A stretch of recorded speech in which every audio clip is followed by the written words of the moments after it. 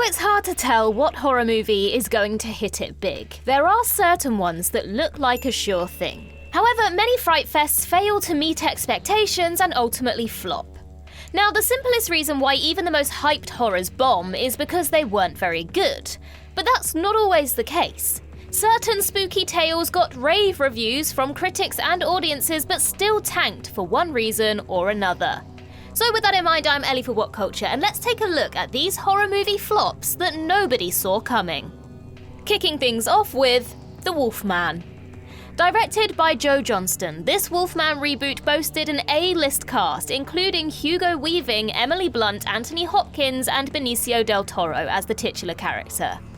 Though horrors are often done on the cheap, this werewolf iteration was a tentpole blockbuster, with a production cost of $150 million. Despite the hefty budget, Universal had faith in the Wolfman, marketing it like there was no tomorrow. On top of that, the special effects were overseen by Rick Baker, who devised the iconic transformation scene in An American Werewolf in London. Considering how successful The Mummy and The Mummy Returns were, it seemed possible this reboot could revive the Universal monster brand. Despite having all the workings of a showstopper, The Wolfman was shredded for its pacing, tone, uninteresting characters, and overuse of CGI. The studio's president at the time, Ronald Meyer, called The Wolfman crappy and, quote, one of the worst movies ever made. Despite opening on Super Bowl weekend with little competition, this dud was among the biggest flops of the year. Village of the Damned. Based on John Wyndham's novel The Midwich Cuckoos, Village of the Damned centers around a group of alien hybrid children who use their psychic powers to terrorize their hometown. Though the story was adapted before in 1960, the 1995 version looked like it could be even better. Firstly, it was helmed by John Carpenter. The visionary director already showcased his talents at blending psychological and sci-fi horror with The Thing, They Live, and In the Mouth of Madness. This adaptation had an impressive cast, including Mark Hamill, Kirstie Alley, and the OG Superman himself, Christopher Reeve, in the lead role. Even though some of Carpenter's best films flopped, there was little reason to doubt Village of the Damned would turn a profit, considering its budget was a measly $22 million. Against the odds, the promising remake was a huge failure. Due to the underdeveloped characters, tonal inconsistency, and dated effects, Village of the Damned is arguably Carpenter's worst work. Most damning of all, it wasn't scary at all. Thanks to the appalling reviews and bad word of mouth, Village of the Damned only earned $9.4 million domestically. New Nightmare. Though many 1980s slashers followed the masked maniac formula, Wes Craven's A Nightmare on Elm Street took a cerebral approach, centering around a killer who hunted victims in their dreams. When the supernatural teen horror recouped 50 times its budget, the studio sensibly greenlit a myriad of sequels. Sadly, the once bone-chilling IP quickly descended into campy schlock. Although the follow-ups have a few bright spots, they couldn't compare to the original. So when Craven announced he was directing a new installment called New Nightmare, it was a cause for celebration. Rather than churning out more of the same, this entry had Freddy entering the real world and tormenting the original final girl, Heather Langenkamp. Despite the innovative premise, New Nightmare was, and still is, the least successful film in the entire franchise. Even though meta-horror became hugely popular thanks to Scream, which Craven directed the following year, some moviegoers were disappointed by New Nightmare's approach, since they wanted a more traditional horror. It's also worth mentioning that slashers were a flagging genre during the early 1990s, so New Nightmare had an uphill battle straight off the bat. Grindhouse. When Quentin Tarantino and Robert Rodriguez announced that they were creating a double bill as a tribute to 1970s exploitation cinema, it sounded like it was going to break the bank. Not only did both filmmakers have dedicated fan bases, cinema goers could see two movies for the price of one, which was emphasized in the promotions. And when Rodriguez's Planet Terror and Tarantino's Death Proof were well received, it looked like the money was gonna come rolling in. Although cinephiles knew what the directors were going for, the masses didn't get it. Many casual cinema goers were turned off, believing Grindhouse was one long feature rather than two flicks shown back to back. Certain people understood the concept and setup, but still didn't want to watch 3 hours of content. The extensive runtime limited the number of daily showings in theaters, minimizing Grindhouse's profits further. Hoping to recover, Planet Terror and Death Proof were released separately in international markets. Unfortunately, this tactic backfired for the hardcore fans who were hoping to watch a double feature with one ticket. Grindhouse may have developed a cult following later, but it would have been nice if it got the same love when it premiered. The Last Voyage of the Demeter.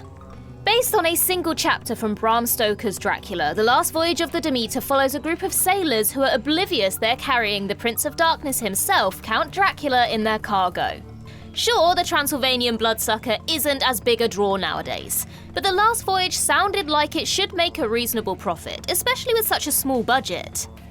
As heartbreaking as it is to hear, The Last Voyage of the Demeter failed for a number of reasons. Firstly, the title and promotions gave little indication it was a Dracula story. The marketing was so minimalistic, some people who were looking forward to the film didn't realize it had come out.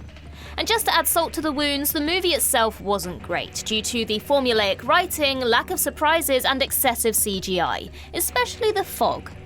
However, the biggest reason why The Last Voyage sank without a trace is because of timing. Rather than releasing the dark fantasy around Halloween, it debuted in the middle of the Barbenheimer craze. With Barbie and Oppenheimer annihilating the competition at the time, a horror indie like The Last Voyage of the Demeter couldn't catch a break. Spiral. Although the Saw sequels never matched the original, it was easy money since the majority of them raked in over $100 million. But when Saw 6 made almost half of its predecessor, the studio decided the next entry would be the closing chapter. 7 years later, a soft reboot called Jigsaw was released, hoping to reinvigorate the brand. Despite earning 10 times its budget, the plug got pulled due to scathing reviews. And yet interest perked up when Chris Rock announced that he was producing and starring in another Saw installment called Spiral. Rather than dealing with the convoluted backstory of the previous films, Spiral told a new story and focused on a different Jigsaw.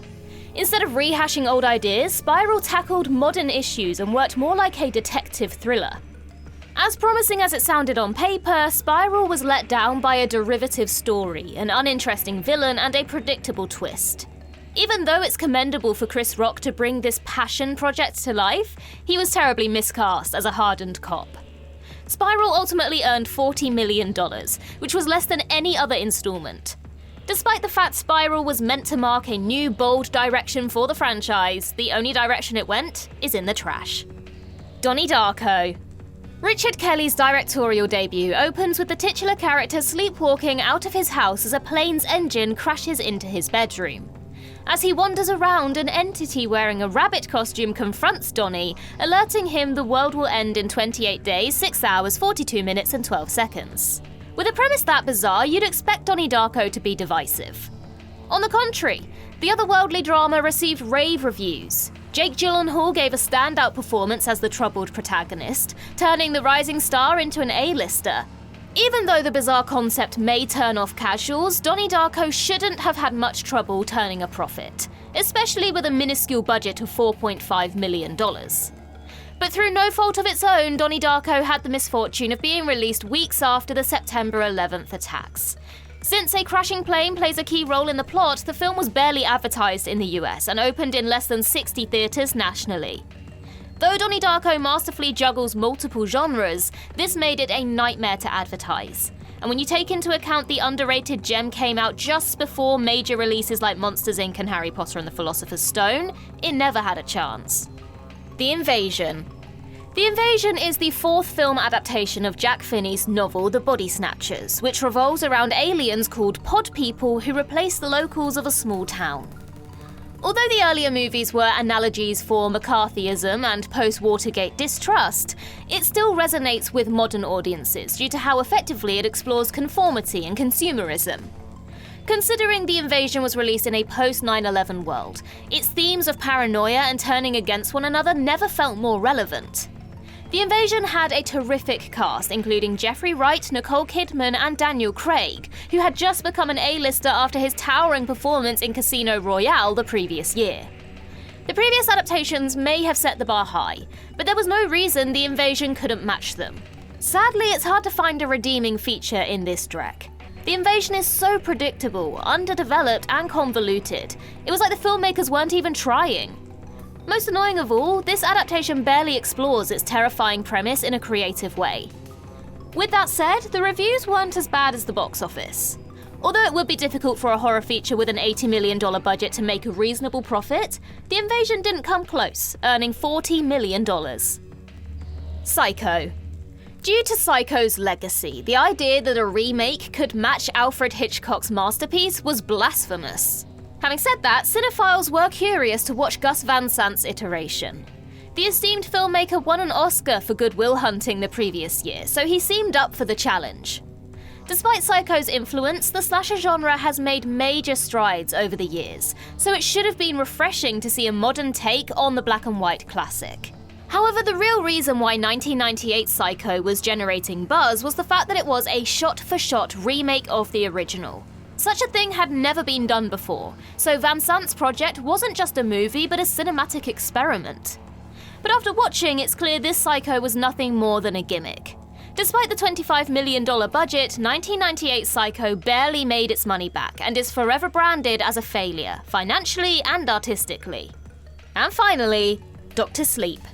Though Stanley Kubrick's The Shining had a mixed reaction upon its initial release, the Stephen King adaptation has since become a cinematic milestone. So, when it was announced the sequel, Dr. Sleep, was being adapted to the big screen, it was hard not to get excited. Although nobody realistically expected the film to be on the same level as its predecessor, Dr. Sleep sounded deeply promising, since it was helmed by horror auteur Mike Flanagan and had Ewan McGregor playing the lead.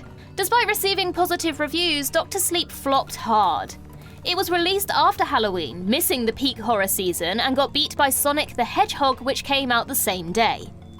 Even though The Shining is a classic, it was released nearly 40 years earlier, so many younger viewers struggled to gravitate towards the sequel.